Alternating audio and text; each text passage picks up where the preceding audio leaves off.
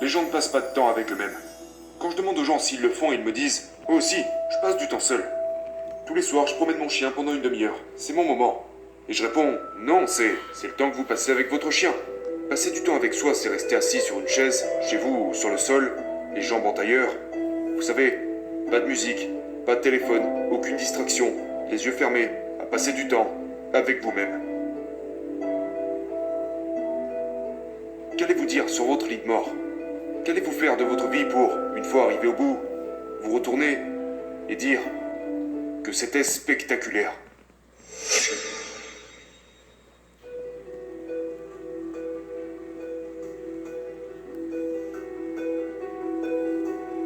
Il n'y a pas de solution miracle dans la vie. Vous savez, c'est la première chose que vous devez comprendre. Et je pense que la technologie nous entraîne à chercher des solutions rapides. Je veux dire, je peux aller sur mon téléphone, je peux commander quelque chose sur Amazon. En fait, la semaine dernière, je suis allé sur Amazon, j'ai commandé quelque chose à 22h30. Et le lendemain, à 8h du matin, un livreur a toqué à ma porte avec mon colis. C'est fou! Donc nous pouvons obtenir des choses presque instantanément grâce à la technologie. Et puis, parce que nous sommes tellement habitués à obtenir les choses dès que nous les voulons, que nous voulons appliquer ça à notre vie. Et puis il y a tous ceux qui s'obstinent à vendre des solutions miracles. Une solution miracle pour ça, une autre pour ça, comment gagner de l'argent rapidement, perdre du poids sans se priver. Mais ça ne marche pas comme ça. Avez-vous un enfant? Nous sommes d'accord que votre enfant grandit et apprend lentement. Il n'y a aucun moyen d'accélérer le processus. Pouvez-vous apprendre à votre enfant de 3 ans, c'est ça? Oui, c'est ça. À votre enfant de 3 ans à marcher plus vite, parler plus vite, marcher plus vite ou lui apprendre à parler d'ici demain? Pensez-vous pouvoir y arriver avec une solution miracle? Non, ça ne marche pas comme ça. Pourquoi les adultes pensent-ils que nous pouvons tout pirater? Ce n'est pas soutenable, ok? Et puis l'autre chose à propos d'être enseignant, c'est... Vous savez, aujourd'hui n'importe qui peut être certifié d'expert. Du genre, laissez-moi vous certifier que vous êtes professeur de yoga. Laisse-moi te certifier que tu es coach de vie. Je sais que tu as 19 ans et que tu n'as encore aucune expérience de la vie, que tu n'as encore rien fait ou accompli quoi que ce soit. Mais laisse-moi te certifier comme un coach de vie, après avoir terminé un stage de 3 jours.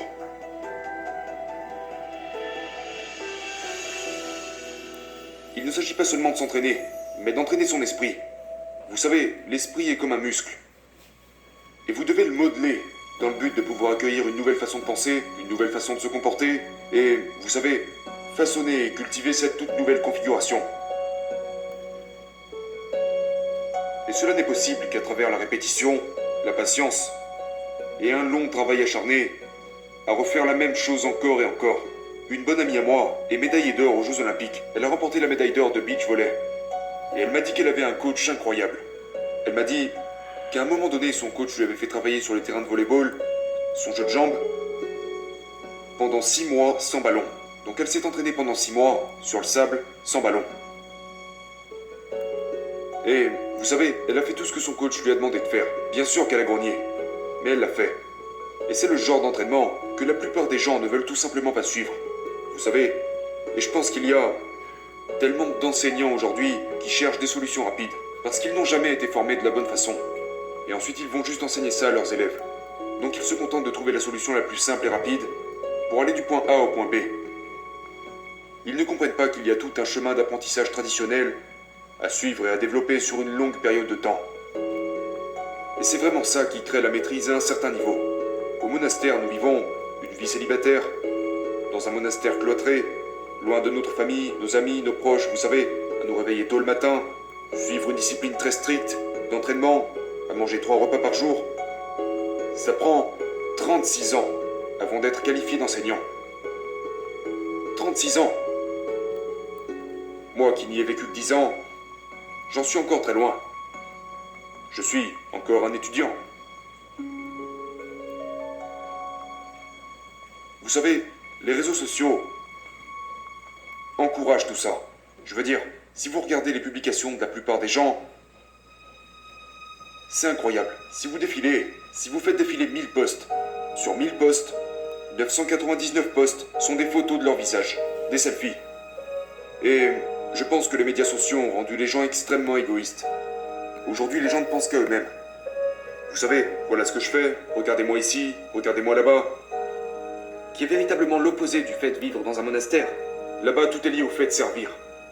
Vous savez, si vous regardez aussi des personnalités publiques, des célébrités ou des influenceurs, ils publient constamment des photos d'eux-mêmes.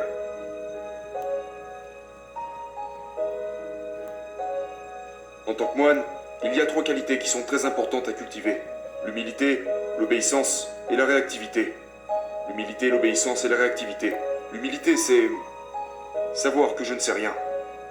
C'est prendre et adopter l'attitude que je ne suis qu'au début du chemin. Je ne sais rien, je suis super enthousiaste, et je veux apprendre, et grandir. L'obéissance se pratique auprès de votre professeur. Vous devez lui accorder une totale confiance, tout en vous fiant à votre esprit intuitif, cette zone de votre esprit qui sait ce qui est bon pour vous. Obéissez à votre conscience. Lorsque vous avez un flash intuitif qui vous dit « Fais ça », faites-le. On pourrait appeler ça l'intuition. Suivez votre intuition comme si c'était la seule chose que vous aviez à faire. Ne vous laissez pas le choix.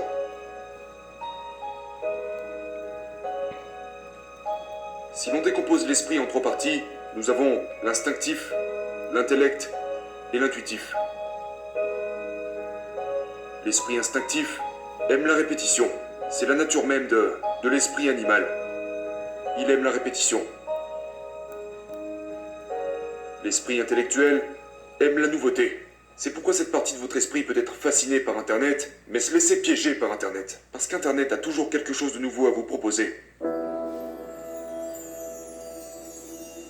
Mais voilà ce que veut l'esprit instinctif. Il veut de la familiarité. Il veut que tout se répète de la bonne façon.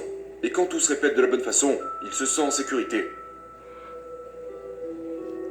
Et la dernière qualité est celle d'être réactif. Réactif pour faire quelque chose. Si votre enseignant vous dit de faire quelque chose, faites-le. Agissez, soyez réactif. Et vous n'avez même pas à attendre qu'on vous le dise. Si vous voyez quelque chose sur le sol qui ne devrait pas être sur le sol, ramassez-le. N'attendez pas que quelqu'un vous demande de le ramasser. Faites-le. Et c'est un état que les moines nous apprennent à cultiver. L'état de la réactivité. Vous apercevez un plat sale dans l'évier, lavez-le. Oui, habituellement ce n'est pas à vous de le faire, mais lavez-le. Apprenez à servir. L'humilité, l'obéissance et la réactivité. Les gens détestent le deuxième, l'obéissance. Ne me dites pas ce que je dois faire. N'est-ce pas? C'est l'ego qui parle. Exactement. Ne me dites pas ce que je dois faire. Les gens sont tellement sur la défensive. Les gens ne passent pas de temps avec eux-mêmes. Quand je demande aux gens s'ils le font, ils me disent « Moi aussi, je passe du temps seul. Tous les soirs, je promène mon chien pendant une demi-heure. C'est mon moment. » Et je réponds « Non, c'est le temps que vous passez avec votre chien. Quand je vais à la salle de sport, c'est mon moment. » Eh bien, non, vous êtes à la salle de sport. Passer du temps avec soi, c'est rester assis sur une chaise, chez vous ou sur le sol, les jambes en tailleur. Vous savez, pas de musique, pas de téléphone, aucune distraction, les yeux fermés, à passer du temps avec vous-même. Et je ne parle pas de méditation, je parle d'une réelle et authentique réflexion, à converser avec vous-même. De la même manière que vous pouvez avoir une conversation avec quelqu'un pour apprendre à connaître les opinions, les idées et les pensées de chacun. Mais là, il est question de le faire avec vous-même, et les gens ne font pas ça. Ils ne passent pas de temps à faire ça. Si vous ne passez pas de temps à faire ça, comment allez-vous savoir ce qui est important pour vous, dans quoi vous allez vous investir, sur quoi vous devez vous concentrer, et sur quoi vous devez travailler?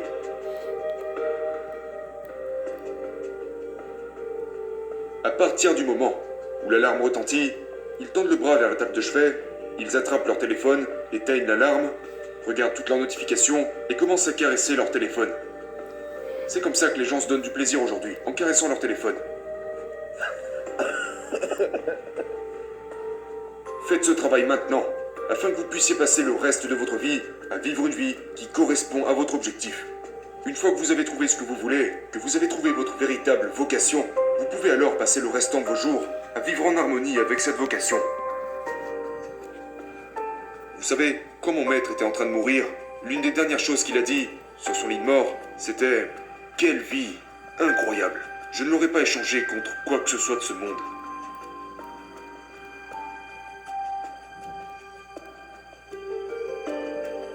Qu'allez-vous dire sur votre lit de mort? Qu'allez-vous faire de votre vie pour, une fois arrivé au bout, vous retourner et dire que c'était spectaculaire? Quand vous êtes vraiment au point, sur ce que vous voulez dans la vie, que vous êtes fermement déterminé à l'obtenir, et que vous êtes prêt à sacrifier tout ce que vous avez pour ça, alors vous vivrez une vie en harmonie avec votre vocation. Désormais, vous pourrez passer le restant de vos jours en phase avec qui vous êtes.